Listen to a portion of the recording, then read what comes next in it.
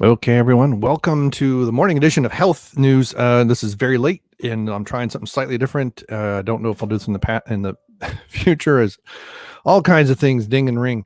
But I saw this article actually on the Twitter feed for my gym, which I've been trying to figure out when in the world they're going to reopen, and because I have no idea when they're going to reopen. But so I saw this article. I found it very interesting. Let's just quickly go through it because people, I'm into strength training more than anything. And when I was younger, I used to run a lot. And part of it is my knees started, my lower back didn't like it. And part of it is once I got in my 40s, that long distance cardio was really, for my needs, what I was trying to do with my fitness was kind of working against me. But if you're into running, there are ways to build strength. And if you listen to Mark Ribito or others, he'll just say strength all the time. But there's some truth to that, but you need to know what the limit is. So at what point do you say, I'm not doing any more strength training, we're going to work on sprint? Because you don't, especially if you're doing running, building strength is great, but you don't want to have too much extra weight banging on your knees and joints and all that other stuff. So this is from runnersworld.com. And running and strength training go hand in hand. And that's the thing too. Yeah, you want to be doing both. Making time to hit the weights can help decrease your risk of injury and build muscle to improve your performance on the roads. And that part of it is you build strength around your joints, your muscles and things. Your tendons, you're not really strengthening your tendons. You can kind of loosen them up a little bit, but really you're building the muscles and things like that. But we know firsthand that it's never fun or easy to log that long run or speed workout on your training schedule when your muscles are still screaming from leg day. But don't ditch your strength workouts just yet. Thanks to new research, it's now a bit easier to figure out how to balance both types of exercise that you can get the most out of them and still be able to walk. Published in Sports Medicine, researchers reviewed almost 100 studies to figure out what the best ways to combine leg day and running might be. And I'm going to just verify what's showing. But first, you might be wondering what the deal is behind why your performance takes a nosedive in the first place. According to lead author Kenji Duma, PhD, your running performance is impaired in between resistance training sessions due to the stress resistance training puts on your muscles, which can continue up to for 72 hours. I remember, and I wasn't doing any strength training, but I remember one day I played soccer in college, and granted, this has been over 30 years ago. But one day, our coach was having us run half distance. We were kind of warming up and doing things, and we were doing half, like you'd run halfway and we'd go halfway, back and forth in the field. And it was like run 1/3 speed, run 1/2 speed, and do this, and then run. And I was usually one of the fastest people on the team. And so when I was at half speed, I was in the, it's like, hey, this feels great. I felt great. And then it was full speed, and I was one of the slowest. I mean, I felt like I was running against, like I had a parachute attached. It was beyond, I wonder if it was something like this. Resistance training and induced stress can hamper the muscle's ability to contract optimally. Yep, because it's a fast twitch muscles. Again, this is, I think, many times depends what you're doing for strength, which is vital for any type of movement, including running. Therefore, undertaking any form of endurance training during periods of resistance training induced stress can prevent endurance athletes from reaching their session goals, such as covering a particular distance or maintaining pace. Not to mention, hard leg day can lead to some serious soreness too, lactic acid buildup, things like that. You can take as much as a day or two to recover. A lot depends on what you're doing and how intense and how old you are. But skipping leg day is not the answer. So let's get on to the answers. Okay, so number one, if you're running and strength training on the same day before an off day, always run after your lift if you're going to do both on the same day. And this is, I get into arguments quite often. Well, I don't anymore. I just let them go on in their ignorance, where people tell me my cardio is what I do to warm up. No, your cardio is what you're doing to wearing yourself out. Okay. Now, it's one thing, because when I go to the gym and stuff, I usually spend about 10 minutes walking fairly briskly on the treadmill. And usually at I raise it up so it's a steep angle. A lot of it's I'm trying to get my hamstrings, get them warmed up, get them stretched out.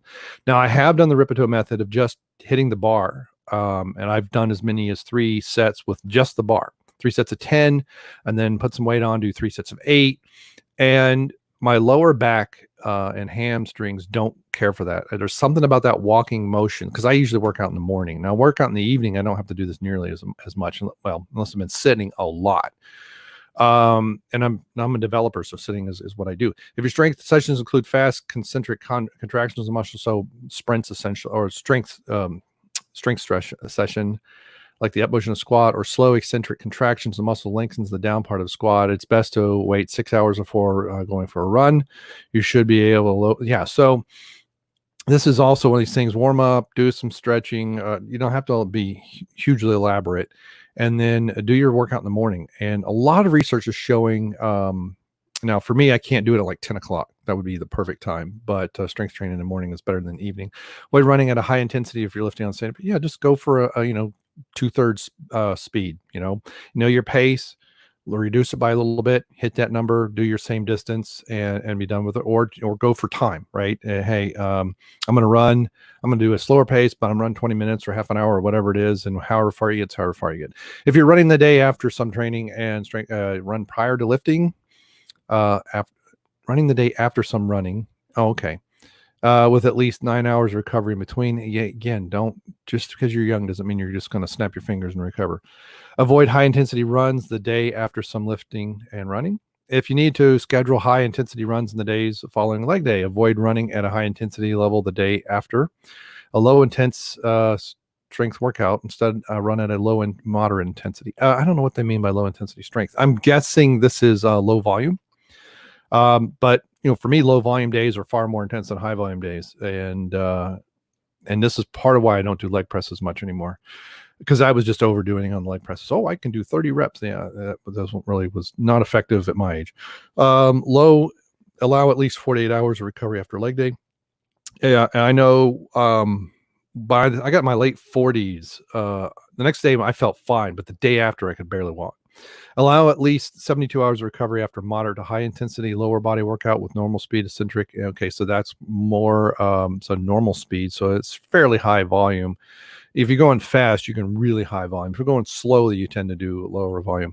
Allow at least 72 hours of recovery after low volume workout with moderate normal speeds. Okay, before low intensity. So the thing is to listen to your body. Okay, allow yourself time to recover. That's really the bottom line. Well, the optimal amount of time to spend to spread out workout types is different for everybody. General rule of thumb, according to Dama, is the higher your intensity training level, more sets and exercises, the more recovery is needed before high intensity runs. Conversely, you can opt for low intensity. Basically kind of match them up a little bit, or mix them up, right? If you're going to do high intensity leg training, then that same day do a medium to low intensity run, and depending on what your goals are, that could be distance, that could be time, depending on what you're doing. Overall, it's important for endurance athletes for all levels to monitor how their body recovers. Again, listen to your body, and stay hydrated. Get your supplements, whatever your nutritional needs are. Make sure and part of it too.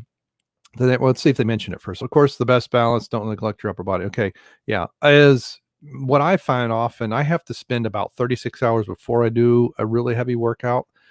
I got to make sure my nutrition's right for that long. In particular, when I'm doing it in the morning, because I might have a protein shake or half a protein bar before I hit the gym. It really depends on what else going on in the morning, especially if I have to deal with the dogs and some other stuff before I can hit the gym.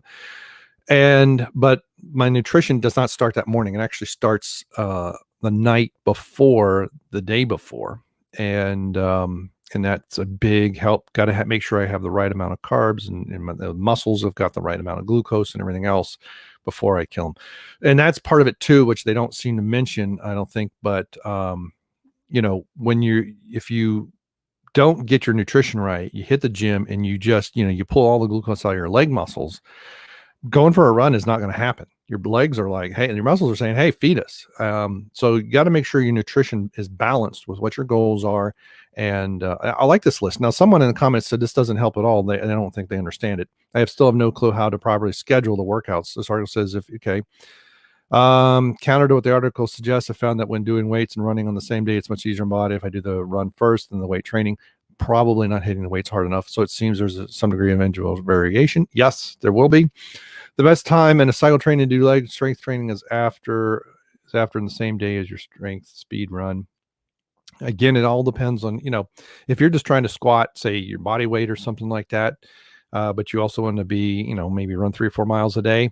It's going to be different. than if like these ladies are doing lunges. I would stay away from lunges. I used to do these all the time, but I'm finding them more and more. Well, it's better than nothing, but lying leg curls work much better and are much safer, and you can control the eccentric parts. This actually puts a fair amount of stress on the knee if you're not careful. But my problem is I tend to rotate my back foot, which then starts to make my knee hurt. But that's a style thing. But I think this is take this as a starting point, and then look at your, what are your goals? What are you trying to do? And are you training in the off season, or are you getting ready for a meet? Right. So if you're, a week out from some kind of competition, whether you're doing sprints, whether you're doing, cross country or anything in between, or marathons, or anything in between, keep that in mind. Your body's going to take a few days to recover. So a week out, you may only do a moderate workout, right? And you may say maybe do a low to moderate workout with your strength training, but a little bit higher intensity on your running, because you're trying to make sure you've got your cycles down. You got, where you are with pace and everything else, and you got it nailed. Maybe a few days later, you do it again, and then you let your body recover for 3 or 4 days. And what you're doing is low intensity, just to kind of keep everything flowing, so everything doesn't get stiff. And when you go to compete, you're just kind of dead on your feet. If you're off season, you might do this balance. You might hit the weights real early in the morning, really hard, recover during the day, and then go for a run, say 4, 5, 6 o'clock at night, depending on what you're trying to do. So anyway, hope you find this helpful. Thank you so much for sharing all these videos. Let me know and what your questions are, so that we can find the answers. All right. Thank you, and good day.